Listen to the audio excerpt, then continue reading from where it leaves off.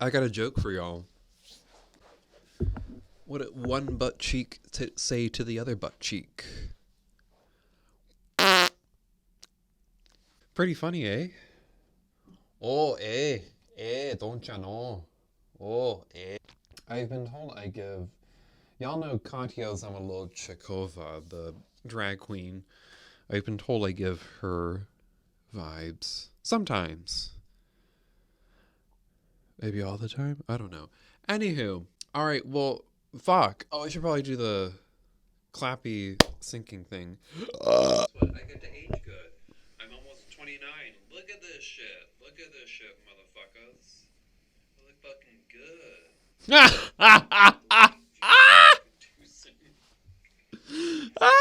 look at those fucking bags under those eyes, motherfucker. Oh my god. Okay. So, taking lessons with Grandma Lola. Her approach I loved so much where it's like she exposed me to Franz Liszt, Rachmaninoff, Chopin, and so she really just kind of like incited my curiosity. And then what I did is, thanks to the wonderful internet, I would search things up on YouTube. I still do to this day. And then I discovered the second Rachmaninoff Piano Concerto and lost my shit and was like, oh my fucking god. And then I showed my grandma, and she's like, oh yeah, I played that. I'm like, you what? And it's funny is like, so, my grandma's like very stereotypically like Filipino. She's so short, and she has these tiny hands. She could like she can reach an octave at most. And this motherfucker played the Rachmaninoff Second Piano Concerto, and I'm like, how did you do it? She's like, she just rolled every single chord. It's freaking insane. It was like, oh my god, I really want to play this, and as opposed to telling me no, she was like, okay, well, you're not at that level yet, so I'm going to find a simplified version for you. I was like, fantastic. And then she did the same with Claire de Lune. I was like, I really want to learn this. She's like, no, it's too hard, but here's a simplified version. And every single time I'll come to her with something that I wanted to play, she would either find a version that was simplified or she would just simplify it herself. But I really gravitated towards Rachmaninoff. And I think the big reason why I gravitated towards his sound was because that it was really big. When you listen to jazz, I was very, very heavily influenced by jazz as well. They got these big fucking hands. I mean, you listen to the Art Tatum rags, that pop is with fucking tens. Those motherfuckers are doing like fucking fast ass stride with tens. It's like, and they're accurate. It still blows my mind to this day. And so, just like really, like these really rich harmonies, though. I think that was the big thing for me. I mean, Liszt had some of those, rich, dense harmonies, but Rachmaninoff really did. Especially, after we got to America with Third Piano Concerto and the Rhapsody on a Theme of Paganini. All music historians know that, like, his music was very influenced by a lot of jazz and a lot of music made by black people in the United States. He does have this one quote. I'm going to pull it up because I fucking love it. But Rachmaninoff basically was like, hey, the music that, like, black people are making, that shit's the future. And don't underestimate it. Let me see if I can find it. It was in like a Vogue article. I just typed up Rachmaninoff in my Finder search, and probably like 10 billion things are going to come up. Nothing came up because I spelled Rachmaninoff with 3 F's. It really, a lot of it, and even to this day, my music still kind of goes back to that one moment I had with Corny. And I think, that really changed the trajectory of my life. And it emboldened me, actually.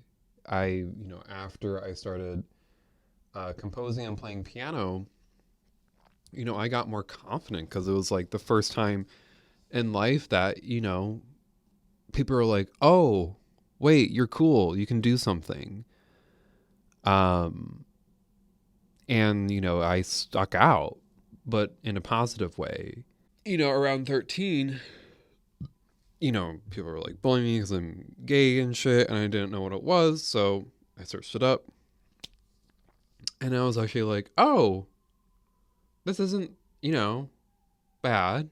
Part of being a prepubescent teenager and being a pubescent teenager is exploring, and what better resource than the internet to explore? So I started exploring, discovered Yowie. Why? I'm not even gonna spell it out. If you know what it is, you know what it is. If you don't know what it is, it's not anything disturbing. It's just like anime, but porn. I mean, a lot of people, but it's the gay shit. And like people usually think like, oh my god, isn't that the thing with like tentacles? No, that's tentacle porn. So yeah, I discovered because I loved anime before, and even then I was kind of, there would be moments when I'd be watching Inuyasha or Full Metal Alchemist, and like Inuyasha would take off a shirt, or Edward would take off a shirt, and I'd just like spend some time like looking at their abs and being like, just looking. I mean, nothing, not really thinking of anything in particular, but just like this compulsion to like, observe. But then, of course, when like, anime girl was like shirtless, like big titties, I'm like, oh, okay, cool. This is a time in my life when the heat was turning up and things were starting to boil. And then eventually things would reach a bursting point.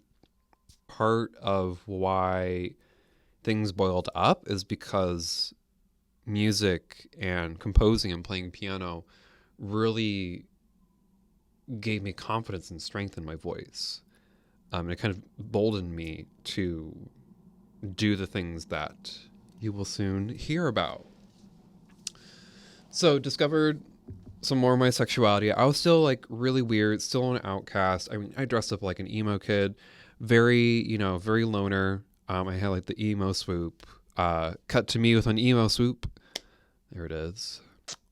Little Justin. Oh, such an emo kid. And just like all around awkward. Got made fun of in middle school, so parents figured out that I was getting bullied. My big brother, my hero big brother beat the shit out of like he was a jock. And he beat the shit out of like the kids that were like, teasing me. I mean, back then, like when I heard about that, I felt so fucking guilty because he got in trouble.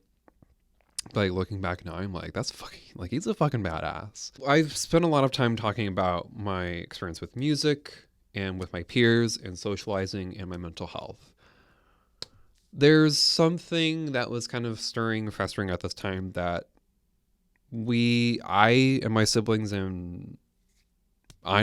did not know about until a couple years later. So,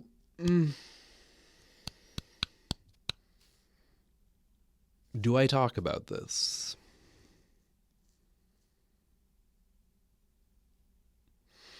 I will doggy ear this page, and I will return to this page later and see what I want to do with it. But for now, I'm just going to leave that as a mystery. Certain things were happening behind the scenes that were not good. And then do I want to zoom in? Do y'all want to see my pimples? Here it goes. Oh no, that's zoom in. Zoom in, bitch. Zoom, zoom, zoom. Make my heart go boom, boom. My supernova girl.